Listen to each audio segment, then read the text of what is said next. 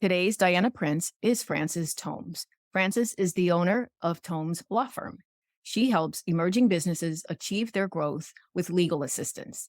She also helps hardworking people and small businesses struggling with financial debt, helping them preserve their lives and get back on track. That is why Frances is my Diana Prince for today. Frances, thank you for joining me on Diana Prince for this important series. Thank you for inviting me. It definitely is an important series.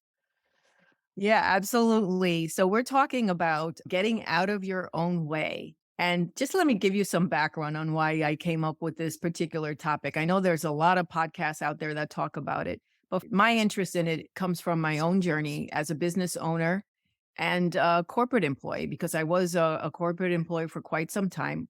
I heard the term often, but the one thing that I realized is that when you hear it, and you're the one in the sitting in shit right at the moment, you don't really understand what people are trying to tell you. It's something that you really realize after the fact. Mhm. So I was just thinking that maybe get some business women on the phone. Let's all talk about each other's experiences and let's see if we can trigger some thought out there. If a woman is going through a similar situation, we can speed up her realizing that she may be doing something that she shouldn't be doing and getting in her own way, that it would be just great to do that. So thank you for agreeing to share your experience, Francis. Well, thanks for inviting me. I did start out as an associate attorney, which sort of is similar to a corporate employee. Mm. And while making the jump to my own practice was hard, growing my own practice has been even harder. How long have you been in business?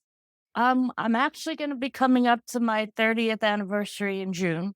Wow, Um, congratulations. so I started as a young 20 something. Congrats. That's a huge milestone. It is. Nothing to take lightly. A lot of us are just getting started. And the last few years have been quite an experience with everything that's been going on in the world, but we power through. And that's one Yeah. of the things is trying to power through despite the fear. Yeah. When COVID first hit, it was looking at the phone, is it going to ring or not? Because I literally got hit with first they shut the courts down. So there went my litigation practice. Then they shut the IRS down. So there went my tax resolution practice. Then they shut I'm sorry, then they started all the moratoriums. So there went my debt defense practice. And it was quite lonely for a while. I I was bet. just Yeah. keeping the faith that it's going to come around. And are you back to full speed at this time? I know the We courts have opened up for sure. Yep, we're, back to full speed and busier than ever, and that's actually another thing is, mindset is sort of like a muscle, and for months, we weren't working out, we weren't exercising, Yeah. and, when everything started to open up again, it was like, "Alright, get back into the routine," and just pushing forward. You Um had to strengthen those muscles all over again just to get used to a schedule and everything. And I understand you there. So you've been in business for 30 years. So I'm talking from the standpoint of a newbie business owner, but you've been in business for 30 years. So I bet you have a lot of stories of where from the time that you started your business and right through of where you got in your own way. Did you pick out maybe a couple that you'd wanna share with, our audience? Oh, sure, I think 2 of the biggest challenges are number 1, remembering there's help out there and asking for help. Mhm. Number 2, not getting upset at your failures. And number 3, um, you can't do it all on your own. And sometimes you need to hire somebody. Mhm. Uh, if you want, I can take any of those 3, or I can take all of them, whatever you prefer. Let's dive into the one where, you learn that there's help out there. I mean, for women, especially, we get the mindset that we can do it all. Mhm. So tell me the story about where you were doing it all and how that worked out for you. Think about when you realized you shouldn't be doing it all. Give me that background.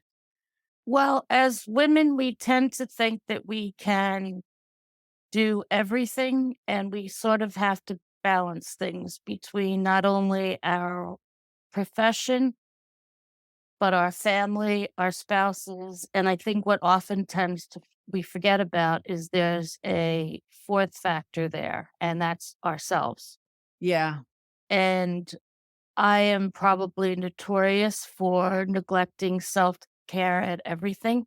Mhm. But I learned when it came to asking for help in terms of not only women organizations, but other networking sessions and other training sessions. So, as an example, for a while, I was doing just about everything. I was doing the bookkeeping, I was doing the mail, I was doing answering the phones, I was doing all of the work, and I was literally running myself ragged. Plus, I was also trying to keep the house clean, trying to keep my husband happy, trying to run my kids around to all the various sporting events. And you can have a business and have a successful family, but I learned that you have to start to delegate.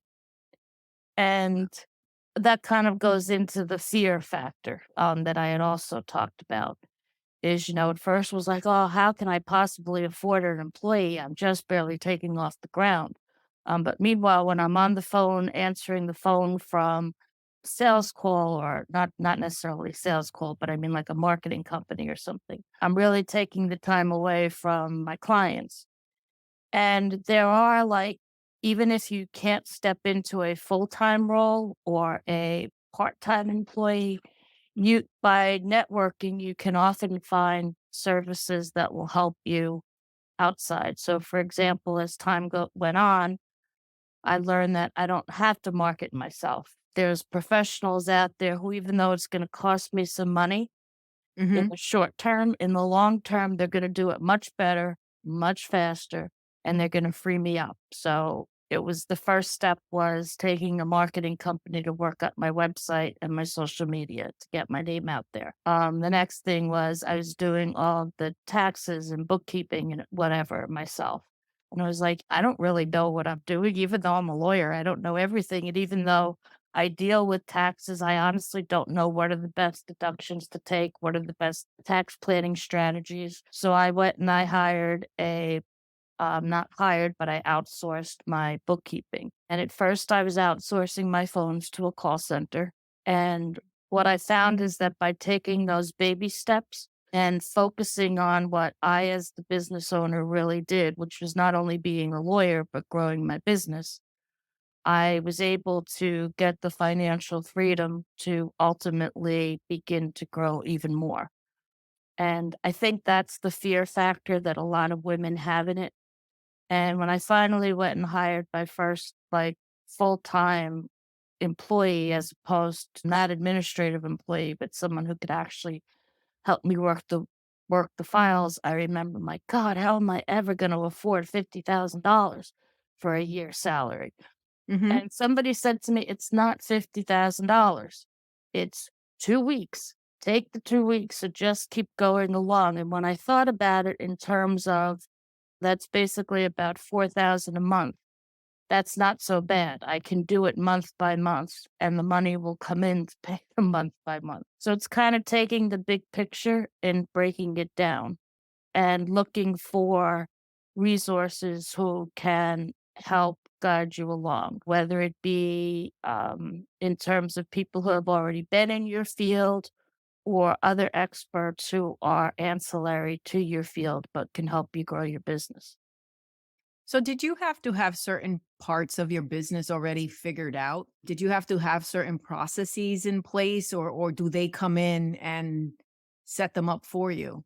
I mean, you have a law firm, but you brought in a social media expert that worked specifically with law firms so they kind of could come in and get off the ground. And I actually found the generalized person did better. I mean, I would have to feed the topics, but I know the topics. But I think what it is that when you're dealing with someone who's more generalized, especially in a business like mine where people oriented as opposed to product oriented, I'm selling a service, so to speak. you really need that connection. While, like, just take, and even when you have a product, like, just take the coffee cup down the street versus the cup of coffee at Starbucks. It's not only that the Starbucks coffee may taste better, but it's also the experience that you get when you go to Starbucks. And I think Mhm. that that's why I don't know that you necessarily need someone to guide you along who's so much in your niche. And Mhm. I often found that taking other people's experiences in other businesses help for your own business. Like one example is for February, one of the things that we do is estate planning. And we ran a campaign on how wouldn't it be a great gift to give your loved ones a legacy and peace of mind after you go? And that for Valentine's Day. And that kind of came about through watching the restaurants and perfume companies talk about an experience. And so, like, I don't know that I would have gotten that from another lawyer. So Correct. so sometimes it's also going outside of what you know in your comfort zone because the other professions can really offer you another way of looking at something, and it's just a matter of tailoring it. How did you deal with letting go of those certain parts of your business? Did you struggle with control when you were Abs- letting them go? Absolutely. And to be honest with you, I still struggle with control. I'm still a bit of a I say control that freak. only because I know I'm a process-oriented person, and I could get really down into the details of things, and, I'm just wondering how you dealt with that and, like, how Well, well, how you eventually let it did you let it go and completely? And obviously, it worked well for you, but tell me how you dealt with that piece of your personality, let's say. well, if you want to talk about being a process oriented person, you might want to come work here because I actually have 100 and I think the last count, it was 167-page book of procedures. Yes. That sounds like me love it. It's um, all about documentation. and to be honest with you, I still struggle to no end. And like I try very hard. I actually started a thing of affirmations in the morning. And the first one is don't be afraid, it's gonna be a great day. But one of my affirmations is stand back and let them do their job. They could do it better than you. Mhm. And sometimes I'll still like, oh, I'll see a letter go out and I'll think to myself, I wish they worded it this way. And I'm like, does it really matter how Yeah. they worded it? But it Yeah, is hard being someone who is kind of like a perfectionist. It's really hard, but you have to let it go because in letting the it long go. run, it's better. I Uh, could see yeah, and I can see right now I'm a solopreneur, but I can see that that will be a challenge, so I really appreciate that, and I'm sure there's a lot of women out there listening in and, thinking the same thing, like, how do you let go? Because a lot of things happen without our input out there in the world, and yet we wanna make sure that if I touch it, it's gonna be perfect, right? right. But not necessarily, so it's been a process, so I see that it's common. Being in the business of law, you had mentioned that as a business owner, you experience how you get in your own way, but you also experience when your clients Yes. could get on your own way. Do you want to elaborate on that and maybe share a story or two? Sure. Like for example, when I talked about not hiring professionals. For example, I had a very successful business come in because they had a non-compete agreement with one of their top employers. The employer went to work for a competitor and they wanted to sue over the contract. And I said, well, there's a problem because you did do it yourself. And there were mistakes in the agreement that was done online. They took it off one of the they Googled non compete template. There were some problems with it. and it also didn't comply with the law. And we kind of resolved it ultimately. Another situation I find is often just trying to get the cheapest insurance that doesn't necessarily cover you. Mhm. For example, I had another client who had a roof put on their building. The roof blew off. They hired a high level general contractor to deal with the project, who passed it down to a roofing contractor who subbed it to the guy in the truck. And while the guy in the truck had $1 million policy, it didn't cover situations where once he left the job site, there was still coverage. And for the life of me, I can't understand how anybody could have coverage like that. It was basically useless at that point. Mhm. Because 99% of the time, your liability on policy is going to occur after you leave a job site. Thankfully for that client, there was the builder who had coverage and the original roofing contractor. But again, it was another story of he just didn't sit down with a insurance advisor and go through all of the options for their business. Another situation was a hairstylist who owned a beauty salon, and while she had liability coverage, it basically provided for nothing but slip and falls on the premises. So when something went wrong in terms of one of the hair treatments she was giving someone, she didn't have coverage for that. And again, it was not sitting down and really talking about your business. I mean, that's really what you want insurance for, is when things go wrong in my business, not if somebody's gonna slide on my floor. So let me get Um, this right. So in terms of as business owners, they weren't making sure that their liabilities are covered by getting that expert in there. It was right, just like they just ticked the box on in terms of getting the insurance, but not doing it thoroughly. right, and they all would always say to me, both situations, they both said I thought I had coverage. So, I mean, that's kind of the advantage of sitting down with somebody who can really explain things to you. I see it a lot in the tax situation. A lot of people will not file their tax returns when they can't pay. Well, big mistake, because if you don't file your tax return, you get an extra That's a penalty on top of right not there. paying. That's a huge getting in your own way. Let me not ask anybody. Let me just not file it. Yes. Let me not get an Let expert let me to bury my tell me head what in to do. let me bury I've heard let that situation out. I've heard that out there. And it's, yeah, it's scary. That's where somebody will end up and make that determination. Well, let me just not file it because I don't want to deal with it. And, but I've seen that as well. And I'm not even a lawyer. let It's me more, bury my head. it's more problematic than we think, right? Yep, I'll bury my head in the sand and it'll just go away. There's quite a bit of that. There's quite a bit of that out there. Oh my gosh. Wow. So But now in that fairness, sometimes it's not so much that you bury your head in the sand. I think that when you're trying to do everything on your own, you just can't pay attention to everything. yeah, no, And that that I think that's more a fair assessment. And it's true when you're spread so thin and you got to go get the insurance, you're going to check the box.